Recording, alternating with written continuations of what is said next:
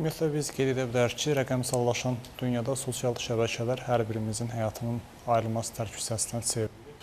Bunun rəqəmsal mühitin iştirakçılarından biri də uşaqlardır.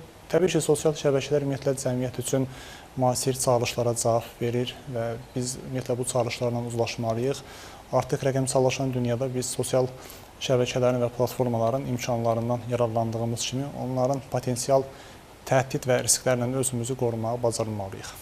Və burada uşaqlara münasibətdə xüsusi və əsas yanaşma ona görə tələb olunur ki, onlar bəzi hallarda sosial şəbəkələrdə istifadə zamanı potensial riskləri görməyə bilərlər və həmin risklərə asanlıqla düşə bilərlər. O baxımdan qanunvericilik sistemimizdə son dövrlərdəki cari dövrün çağırışlarına uyğun olaraq aparılan təkmilləşmələrdə buna xidmət edir.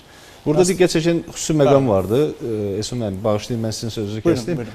Yaş senzinin qoyulması bu önəmlidir. Çünki söhbət rəqəmsal belə deyək, yaşdan gedir. Hansı ki, bizim o yaş həddinin uşaqların istifadəsi, əlçatanlığı, hansı materiallara baxa bilər, necə baxa bilər. Bax, bu mexanizmlərin tənzimlənməsi xüsusilə önəm kəsb edir. Xüsusi önəm kəsb edir. Bəli, mən sizin dediyiniz məsələlərə toxunacağam ümumiyyətlə. Xüsusən nəzərə salmalıyıq ki, qanunverici sistemdə uşaqların sosial şəbəkənin istifadə ilə bağlı həm qeydiyyatdan keçən zaman yaş məhdudiyyətinin nəzərə alınması, eyni zamanda informasiyanın məzmununa uyğun olaraq məlumatların filtr olunması, bu kimi məsələlər və eyni zamanda sosial şəbəkənin istifadə ilə bağlı ciddi hüquqi bir çərçivənin formalaşdırılması, valideyn nəzarəti mexanizmlərinin yaradılması məsələləri burada nəzərdə tutulmuşdur. Xatırladaq ki, 30 iyun tarixində Azərbaycan Respublikası Milli Məclisinin plenar iclasının günlərində olan məsələdən biri də uşaqların zərərli informasiyanın qorunması haqqında Azərbaycan Respublikasının qanununda dəyişikliyin qəbul olunması ilə əlaqədar idi.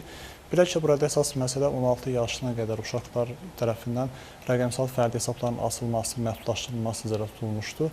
Yəni minimum yaş 16 yaşdır ki, bu yaşa qədər uşaqlar rəqəmsal fərdi hesablar yarada bilməzlər. 16-18 yaş intervalında olan uşaqların isə rəqəmsal fərdi hesabların yaradılması ilə bağlı müxtəlif mərhələli təsdiqləmə parametrləri tətbiq olunacaq. Eyni zamanda valideyn icazəsi və eyni zamanda müxtəlif identifikasiya təsdiqləmə mərhələlərindən keçəcəkdir.